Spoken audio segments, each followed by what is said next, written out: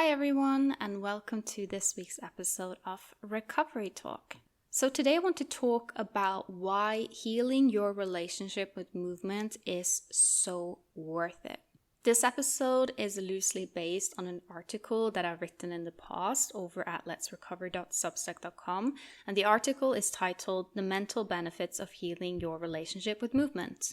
And the tagline of that specific article is, "Some people do in fact regret their workout." And I'm saying this because you always hear this narrative in society that nobody ever regretted a workout. And in my job as a recovery coach, I see over and over and over so many people who have spent so much of their lives in an abusive relationship with an eating disorder and compulsive movement who deeply, deeply regret it. Oh wow, I am so happy that I spent my life married to my eating disorder and constantly missing out on things due to compulsive movement. Said no one ever. There are so many people who are regretting their workouts. And I think this can be so hard for people who have never struggled with compulsive movement to truly understand. The idea that someone have to force themselves not to work out can seem just so impossible almost, but that is reality for a group of people. So a while back, I did a podcast episode with fellow eating disorder recovery coach Louisa, and the episode is called "Recovering from Compulsive Movement." And in that episode, we are, as the title may suggest, discussing compulsive movement in more depth. Louisa struggled a lot with compulsive movement in her own eating disorder recovery, and compulsive movement is not necessarily something I have lived experience with myself because my eating disorder never really was that much around movement. So I thought it was good to have a conversation with someone who's actually been there themselves as well. I think that I can have a good understanding of compulsive movement because I see it as any other compulsive eating disorder behavior. So even though I haven't experienced it myself, I can understand it because I have experienced compulsive behaviors and urges and thoughts from the eating disorder. Not to mention, I work with people who are struggling with compulsive movement, so it is a topic that I am quite I'm quite close to the topic. But I still think it's really good to, also talk with people who have experienced it and listen and learn. But anyways, about this episode, something that just kept coming up in this episode is the convenience and joy and peace healing from compulsive movement can bring to someone. And the reason why I wanted to highlight that specifically is that so many people with eating disorders, they struggle with the whys when it comes to why it is worth healing your relationship with movement. It's that thing of like, why should I let it go? Why is this something worth working on? Like, why is it even a problem to begin with? And this especially goes for someone who may not be at a point where exercise is acutely physically unhealthy for them. They may be at a point where their body could maybe handle it just fine, but then they think, oh yeah, then it's fine for me then. So why is it a problem then? So here's the thing. Doing something because your eating disorder tells you to do that thing is always going to be a problem. You cannot expect full recovery from your eating disorder whilst you're still engaging in eating disorder behaviors. It doesn't even really matter that much like what it is your eating disorder is asking you to do, as long as it is the eating disorder that is asking. So for example, during my eating disorder, a large part of my eating disorder was all sorts of weird random rules that I just had to follow. The rules could seem really harmless on a surface level, but they were really exhausting. For example, I had to use like specific kitchen utensils. I have to have this lamp that I always had to have on in the corner when I was eating. I had to always pee before I was eating for some reason. Like I couldn't eat before I'd peed right before the meal. Just all sorts of like really random rules that maybe aren't gonna harm me physically, but they were still there and they were still really annoying. Is my body going to break down from me needing to have that silly lamp on? No. But is it conducive to my mental recovery, to my flexibility, to my freedom? No, it is not. Having all of these rules is going to make it really hard for me to go out in the world and to engage and to do even very simple things like having a meal with family, having friends over, like, it's going to make day-to-day functioning very difficult because there's always going to be that anxiety over me, like, oh my God, I can't follow these special rules. And I do understand some people are more rigid than others. Some people may have some underlying conditions that may make them more, more of habit people. Some people may have OCD, some people may be autistic. I'm not saying that it is always the eating disorder. And in the cases of autism, it's not always necessarily a disorder per se. Different people exist, neurodiversity exists, that is okay. But here I am talking in the context of eating disorder rules. And for me, as much as I am a habit person who like having things a certain way, only being able to use that specific weird spoon and needing to have that lamp on was 100% my eating disorder trying to control my eating. It was not just a preference. And the reason why it was not just a preference is that it was not like I was like, oh, okay, that spoon I really like is in the washing machine. That's fine. I would be like, oh my goodness, that spoon is not there. Now I can't eat. And it was a huge source of anxiety and stress and just difficulties with engaging with the world, really. Because how am I going to go and engage with the world when I have all of these rules and regulations? So when it comes to compulsive movement, there is a similar thing. So yes, there is that whole physical aspect of things. Over-exercising, not giving yourself a break and a sufficient rest, that is incredibly physically harmful for you. No matter what your eating disorder is saying, no matter of the whole, oh, but I'm fine, I'm not sick enough, it is harmful to over-exercise, full stop. But only focusing on the physical aspect can unfortunately reinforce that eating disorder logic that suggests that once you are quote-unquote physically healthy, exercise immediately can't be a problem anymore. And that whole, rest thing, that's only for someone who is really underweight and really undernourished. No, this is not how it works. Physical aspects of rest is very important, it is very true, but that is not the only reason as to why it is important to work on your relationship with disordered movement. And just because you physically are at a point where you can safely do movement, it doesn't mean that you immediately have to do it just because you can. And having that have to mentality around movement does not really set anyone up for a good relationship with movement to begin with.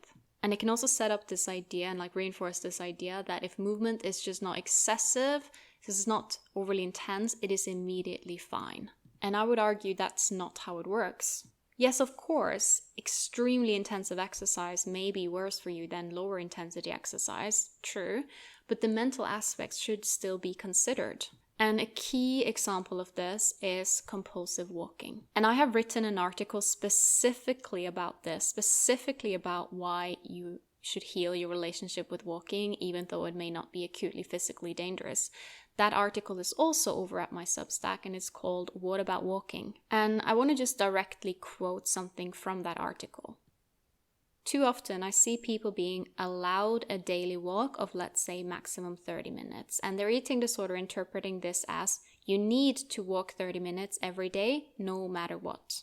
Any kind of interference with this walk causes mental mayhem. For example, you're on your way out and surprise, family visit on the door. Normally, you would enjoy family coming over, but it interferes with your walk, so now you're low-key quite resentful.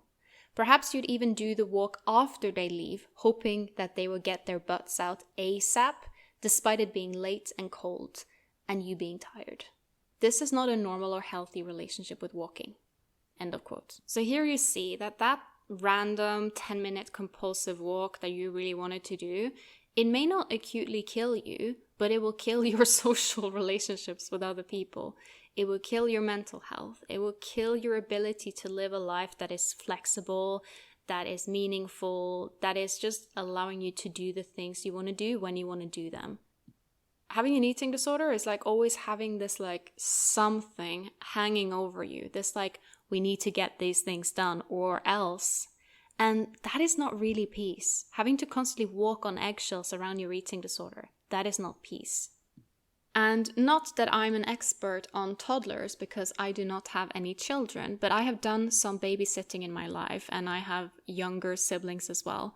And one of the things we see when someone is a toddler, they will try and push boundaries. They will try and see if throwing a tantrum gets things their way. And imagine you're babysitting a child and the child needs to get to bed, but the child wants to watch TV and stay up. It can be really tempting to just let them stay up instead of confronting the child and being like, hey, you need to get to bed. Yes, you may kick and scream, but you still need to get to bed. You can't stay up all night watching TV.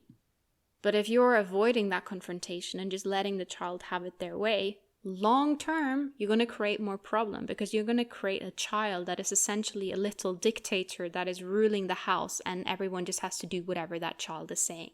That's not healthy for anyone in the household, and it is not healthy for the child either. And a similar thing goes with the eating disorder. It can be so tempting to just not challenge these rules and behaviors because you know the eating disorder is going to kick a fuss.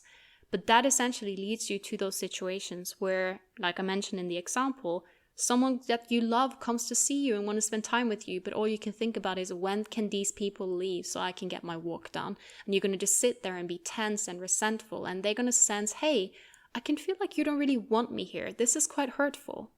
Is that a way that you want to live? Because the scary thing about compulsive movement and an eating disorder is that even if you're someone who, for example, have children, or you have a partner that you really love, or you just have things that you really care about, the eating disorder is always going to try and take priority. And the eating disorder is always going to turn you into essentially the worst version of yourself, and that's going to be taken out on the people around you. And even if you feel like you're not, even if you feel like, oh no, but I'm being polite, I'm holding back, people can sense that you're not fully there. People can sense when you want them to leave so you can get going with your walk. People can sense when you're sitting there and your brain is just thinking about when can I get the movement in instead of actually engaging in the conversation. People can sense that. So recovery is essentially about restoring your mental and physical health. And sometimes you're going to have to do this through behaviors which in the moment may feel counterproductive to what society tells us health is. So society may tell us, oh, it's really healthy to have a daily walk, which is absolutely true. But if you are someone who is struggling with compulsive walking to the point where it's really harming your mental health and even potentially your physical health, that is not healthy for you in that moment. Instead then, taking a step back, pun intended, and then getting back into the activity when you are in a better place is going to be what health is for you. Again and again, I see people with eating disorders taking generalized health advice that is not intended for people with eating disorders and just latching onto it and using this as an excuse as to why they should continue doing a certain behavior. And unfortunately, I think sometimes treatment professionals don't always correctly identify when something is a problem or not. They may sometimes also do that whole thing of like, well, if it's not going to kill you, then what's the problem? But again, you're going to have to be really honest with yourself. Is this working for you, or is this just feeding into your eating disorder? Because you are the one who's going to suffer the consequences. Even if your doctor has given you the green light to go for a walk every day, if you're noticing that this is getting compulsive and excessive and it's just controlling your life, it doesn't matter if your doctor has given you the green light. One person's healthy can be another person's unhealthy. And this is just so classical for eating disorder recovery, where you may live in a life that doesn't necessarily feel healthy. You may be at a point where you're not moving your body. You may be essentially force feeding yourself a bit if you are in the refeeding aspect of recovery. You may not have the most nutrient dense diet, especially if you're going through reactive hunger and all you want to eat is very processed foods, which is normal and okay and will pass. Essentially, you may do a lot of things that feel really unhealthy, but in the moment, that's what you need to get out on the other side. And I've spoken about this in a previous episode titled Recovery to Recovered, Re-engaging with the World. And I talk about this thing that you may temporarily do things that feel very quote unquote unhealthy in order to become healthy again. And that how you are moving and eating in recovery will probably be quite different to how you move and eat when you are recovered. So back to the whys here for a sec. Recovery from compulsive movement, it is worth it because spending your entire life in this really abusive relationship with your eating disorder is just such a waste. You were not put on this earth for that purpose. It is worth it because compulsive movement drains your time. It is a complete logistical nightmare, having to always plan around this one thing that is controlling you. It's worth it because it prevents you from showing up authentically as your true self, really being present with people. And I hear this a lot from people with eating disorders, is that they feel this sense of inauthenticity, like they feel like they are not showing up really as them. They feel like they're being almost shallow because they're not really living in true alignment with their values. For example, they may know that they are someone who values flexibility and being present with family and being relaxed with movement, yet they know that they are not able to do that for themselves. And this creates this disparity that can be really, really distressing to be in, which is why it's so important to work on it. And this brings me back to the other point. Recovery from compulsive movement is so worth it because it means that you can show up better with the people around you. It means that you can avoid situations like the ones I mentioned where you're essentially just want someone out the door so that you can do your movement. It means being able to go and do things with people that aren't so oriented around moving. It means going on holiday and not having to stress around where is the closest gym. It means not passing on an unhealthy relationship with movement to your children, or even showing up, whether it is as a sibling or as a friend, as showing up as someone that other people can look to as a good example, rather feeling like, oh, should I do this as well? Should I also do this compulsive movement that my friend or my sibling or my partner or my parent is doing? So it allows you to just do the things you want to do, even if it's something that is not quote unquote active. And it means not having to deal with constantly pushing through doing movement when it doesn't fit your schedule or you're not in a place to do it.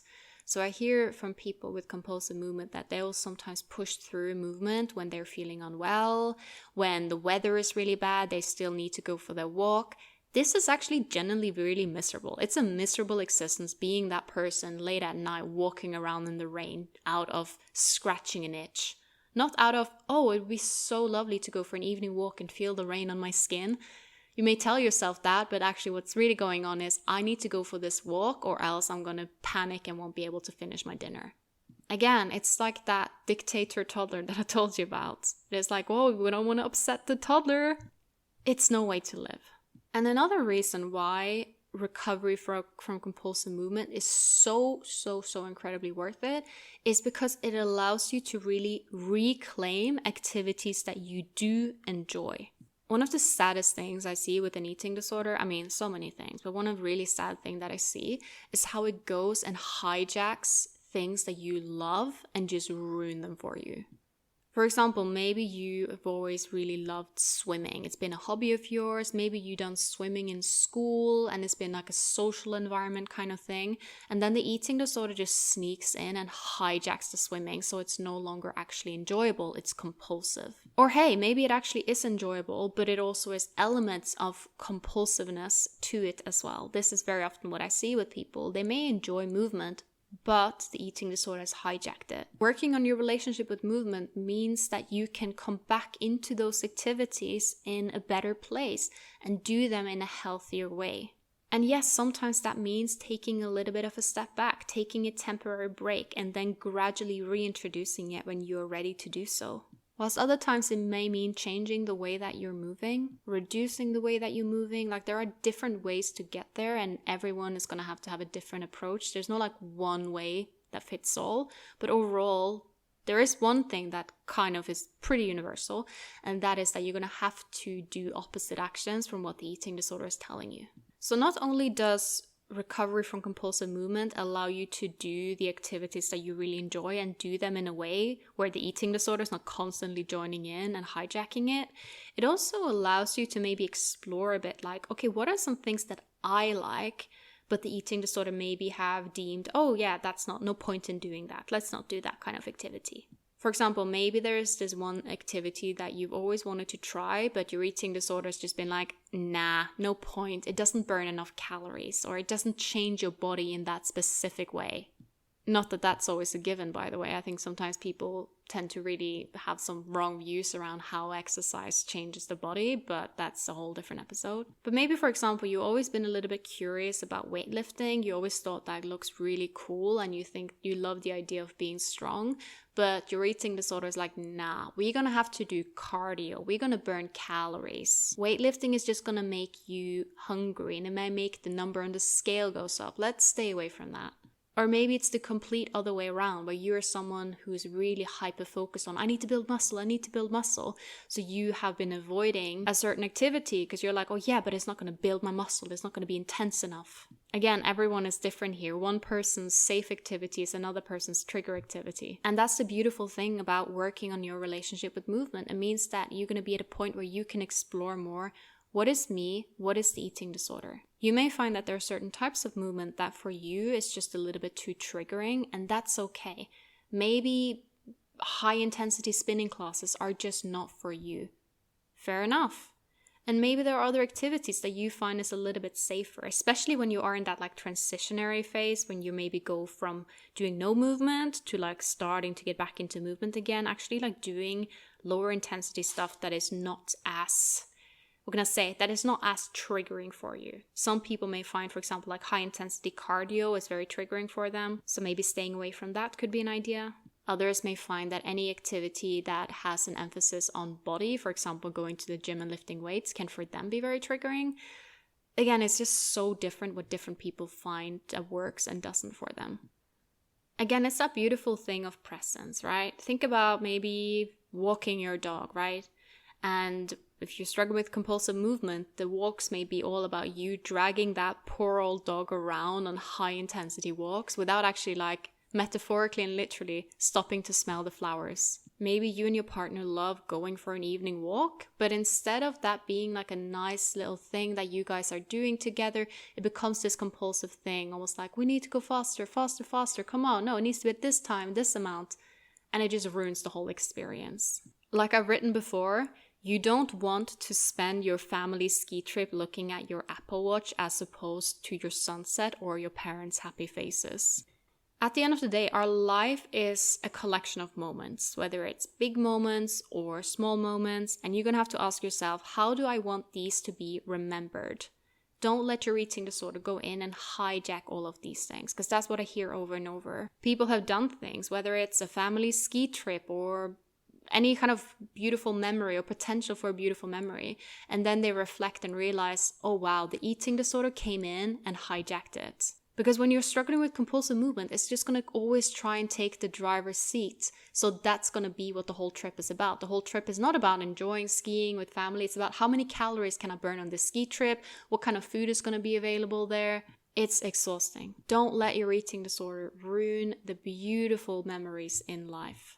So the thing with eating disorder recovery is that very often you don't fully realize what it is that you had lost until you start getting it back. When you're struggling with compulsive movements, it may have been so normal to you that you don't even realize just how much it's taking away from you. You may assume that everyone else feels this way. You may go to the gym and be like, oh yeah, everyone else is here because they're compulsively moving as well. So this is just how it is, right? This is just how movement works, right? And then you start recovering and you're like, oh wait, this is not how it's supposed to be. So you often don't realize how unhealthy your relationship with movement was until you get out of it. And as someone who works with people and see people who are in this place, I have not yet had a single person tell me that they regret healing their relationship with movement. Not a single one. Not a single one has been like, I miss my life and my life was all around scheduling in movement, compulsively moving. That was great. I want to go back to that. Never happened. Don't get me wrong, you may have moments when you miss and romanticize your eating disorder. That is normal. But at the end of the day, healing your relationship with movement is something that people are really happy that they're doing. I understand if you're struggling with compulsive movements, and because it's become so normalized, it may seem impossible to ever get out on the other side. And as you probably know, I hate this whole narrative around like, once an eating disorder, always an eating disorder, it's always going to be there. I just think that's so counterproductive and also just can really limit people. It can make someone think that they can never enjoy movement again safely, which is just not true. Yes, you may have to make some adjustments. You may have to be a little bit more mindful than someone who's never struggled with compulsive movement. But of course, you can get out the other side where you can enjoy it again. But in order to get out that side, you're going to have to make a change now. And for many people, that means taking a step back so that they can approach it again gradually when they are in a better place. And like I said, for other people, it may mean just adjusting the way that they're moving, reducing. That can work for some people as well. So as impossible as it seems, I want to remind you that it is possible to heal your relationship with movement. You are not doomed to feel this way forever. But in order to get out of this situation, you are going to have to put in work. You're going to have to change what you're currently doing. You can't think your way out of it. You may listen to this podcast and that is good and great, but that is not enough. You're going to have to make a change as well. And you're going to have to accept that it's going to be difficult. Shit is going to hit the fan, to be honest. It's going to come up a lot of difficult emotions. You're going to feel guilty. You are going to feel ashamed. You are probably going to feel that, but also some relief. There's going to be a lot of mixed emotions. That's okay. You are going to feel doubt. It is normal to feel a lot of feelings, and for those feelings to sometimes be very conflicting. It is going to be difficult, but it is going to be incredibly rewarding. Don't fall for the limiting beliefs that the eating disorder may try and come up with to prevent you from making a change. It absolutely is so possible to work on your relationship with disordered movement, and it is so worth it, because life is too short to spend glued to your Apple Watch or your step count. Don't waste your entire life focusing on something that in the end does not matter at all. Movement is such a beautiful thing, which is why it's so important to work on it so that you can reclaim it and actually truly enjoy it and make it a positive thing in your life, rather than something that is essentially ruining your life. And remember, movement can be part of your life, but it shouldn't be your entire life. It should fit into your schedule rather than your schedule fitting around your movements. Okay guys, I hope you enjoyed this episode. Thank you for listening, and I will speak to you guys soon.